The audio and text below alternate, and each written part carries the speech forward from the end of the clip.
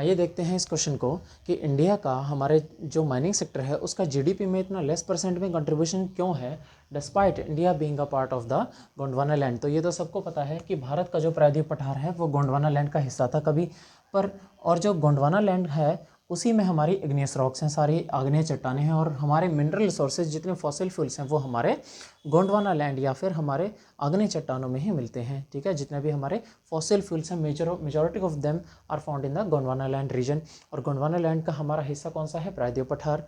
जो हमारा मेजर कोल रिसोर्स हैं आयरन एंड जो भी बॉक्साइट वगैरह के जितने भी फॉसिल फ्यूल्स एंड मिनरल्स हैं तो वो हमारे झारखंड और विंध्याचल इस बेल्ट में पाए जाते हैं। ठीक है, तो which is the part of the Gondwana land. But despite of this India के कंट्रीब्यूशन, इंडिया का जो जीडीपी है उसमें इसका कंट्रीब्यूशन कितना है?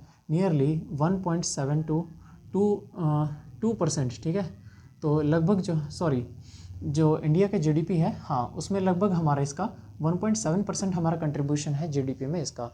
इंडिया का जो मेनलैंड है उसका लगभग हमारा 20% हिस्सा मिनरल रिसोर्सेज से भरा हुआ है, बट फिर भी हमारा ओनली 0.25% ही हमने अब तक एक्सट्रैक्ट किया है। ऐसा क्यों? क्या फैक्टर्स हैं? यही पूछा गया था इस क्वेश्चन में। तो हम देखते हैं कि सबसे पहला अगर हम बात करें एडमिनिस्ट्रेटिव फैक्टर्स, ठीक है, तो यहाँ पर एडमिनिस्ट्रेटिव फैक्टर्स हमारे कौन कौन से हैं? To be precisely, because if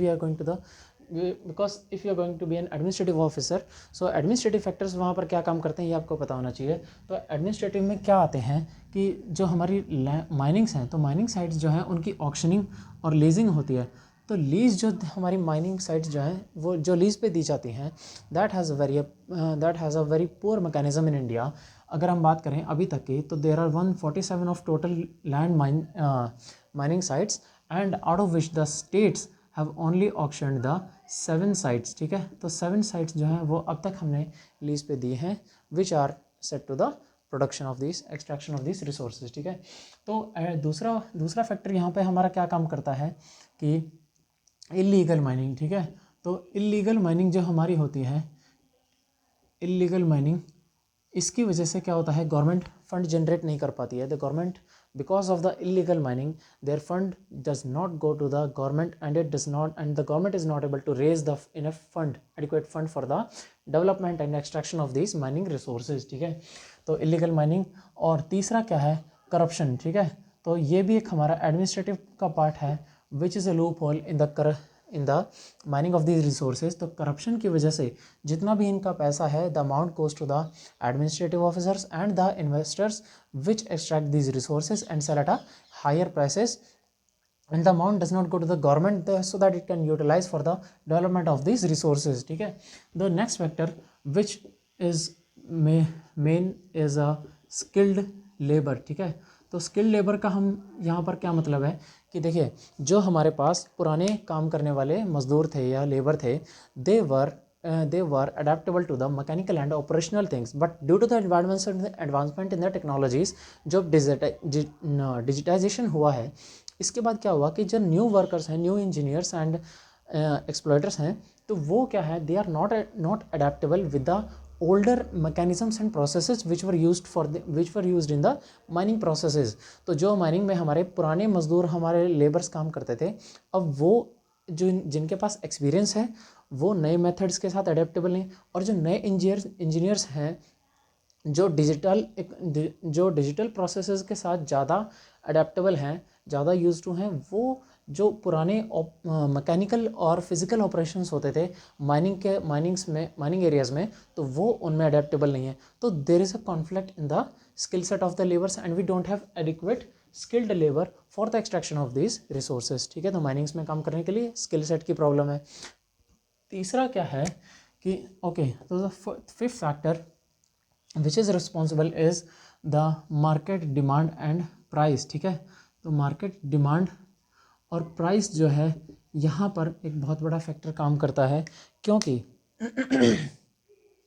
जो हमारी फाइनल कॉस्ट है, जो प्रोडक्टिव कॉस्ट है, अच्छा यहाँ पर जो है स्किल्ड लेबर की वजह से यहाँ पर स्किल्ड लेबर कम होने की वजह से क्या है? जो लेबर प्रोडक्टिविटी है वो यहाँ पर कम होती है, इसलिए माइनिंग में एक्सट्रैक्ट करने में प्रॉब्लम है।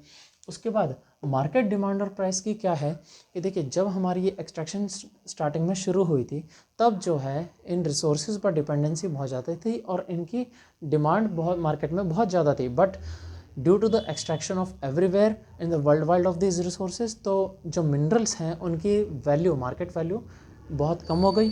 तो उसकी वजह से क्या हुआ, जो कॉस्ट इफ़ेक्टिव है, जो प्रोडक्टिविटी का जो प्रॉफिट है वो धीरे धीरे कम होता गया। तो इससे क्या हुआ, जो मार्केट डिमांड, जो मार्केट प्राइस है उन कमोडिटीज़ का वो धीरे धीरे कम होता गया। उस नेक्स्ट फैक्टर हमारा क्या काम करता है कि जो हमारी क्वालिटी है, ठीक है, क्वालिटी ऑफ रिसोर्सेज, ठीक है, इज़ वेरी लेस, ठीक है। तो ये फैक्टर क्या है कि जो हमारे एक्चुअल में जो माइंस हैं जहाँ पर हमारा quality of material, quality of coal, quality of iron and bauxite ores which are actually present are very less in the mines, ठीक है। तो जो हमारी हाई क्वालिटी के प्रोडक्ट्स हैं, हाई क्वालिटी का कोल है, वो आज भी हम इंपोर्ट करते हैं ज़्यादातर, और जो हमारा है we are not self sufficient in the energy resources, because हमारा, अगर हम प्रोडक्शन की बात देखें तो 1.5 ट्रिलियन हमारा प्रोडक्शन है, बट हमारा 2.5 trillion metric ton is the import of the fuel, ठीक है। तो हम इंपोर्ट अभी भी ज़्यादा करते हैं, एक्सपोर्ट तो हम कहाँ से करेंगे, हमारे पास है इतना कम, ठीक है। तो इसलिए जो हमारे पास क्वालिटी फॉसिल फ्यूल्स हैं वो हमारे पास बहुत कम है।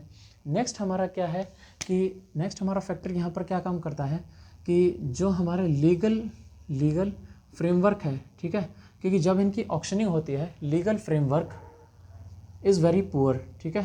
क्या होता है कि जब इन्वेस्टर्स आते हैं किसी भी माइनिंग की लीज़ के लिए, उनकी ऑक्शनिंग के लिए, तो क्या है कि उनको बहुत सारे प्रोसेसेस से और परमिशन से गुजरना पड़ता है, which is a very lengthy process and it take years to cross over those, ठीक है। तो जब तक कोई भी इन्वेस्टर ये सोचता है स्टार्ट कि मैं यहाँ पर अपना प्रोडक्शन और प्रॉफिट कमाना स्टार्ट करूँगा, तो by the time the government and the political instability, ठीक है।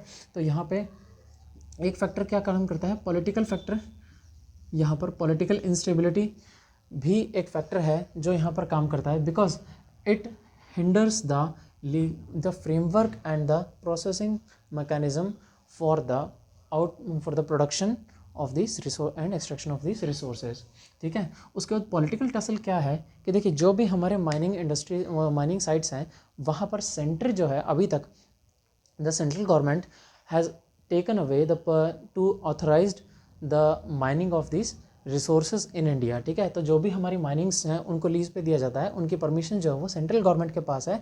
The state governments are not authorized to auction or give the lease to any investor for this mining sites, ठीक है। तो यहाँ पे पॉलिटिकल टसल भी है एक सेंटर और स्टेट के बीच में।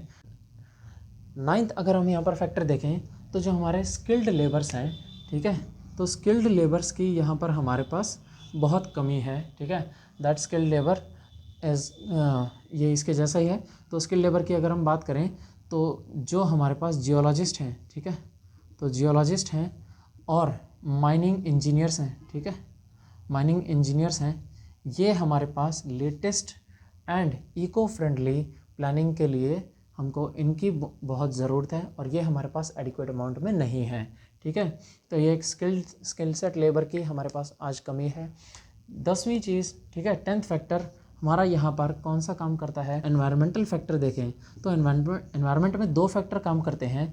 पहली चीज़, हमारे पास हमारे पास क्या है, पुअर मैकेनिज्म ऑफ रिहैबिलिटेशन, ठीक है, रिहैब का और डिज़ास्टर मैनेजमेंट का, ठीक है, डिज़ास्टर मैनेजमेंट का, because the once you are working on a mining project या माइनिंग साइट पे अगर हम काम कर रहे हैं, ठीक है, अगर कोई भी इन्वेस्टर काम कर रहा है तो वहाँ पर जो वहाँ की वेजिटेशन डिस्ट्रॉय होगी, वहाँ की प्लांटेशन डिस्ट्रॉय होगी, उसको रिहैबिलिटेट करने का क्या मैकेनिज़्म है, ये हमारे पास अब बहुत पुअर है।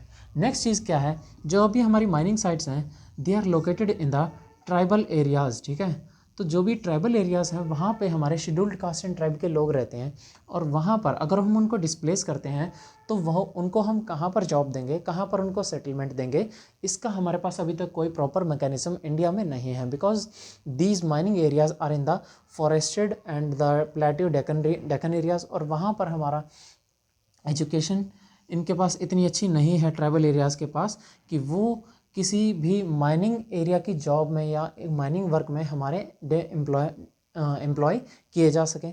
तो इन ट्राइबल एरियाज़ को जब हम यहाँ से डिस्प्लेस करते हैं तो एनवायरमेंटल एक्टिविटीज़, तो जो एनवायरमेंटल एक्टिविस्ट होते हैं, ठीक है, दे क्रिएट अ हर्डल कि यहाँ पर ह्यूमन राइट्स का वायलेशन हो रहा है। So this is also a political and environmental issue rising out of this mining industrial areas.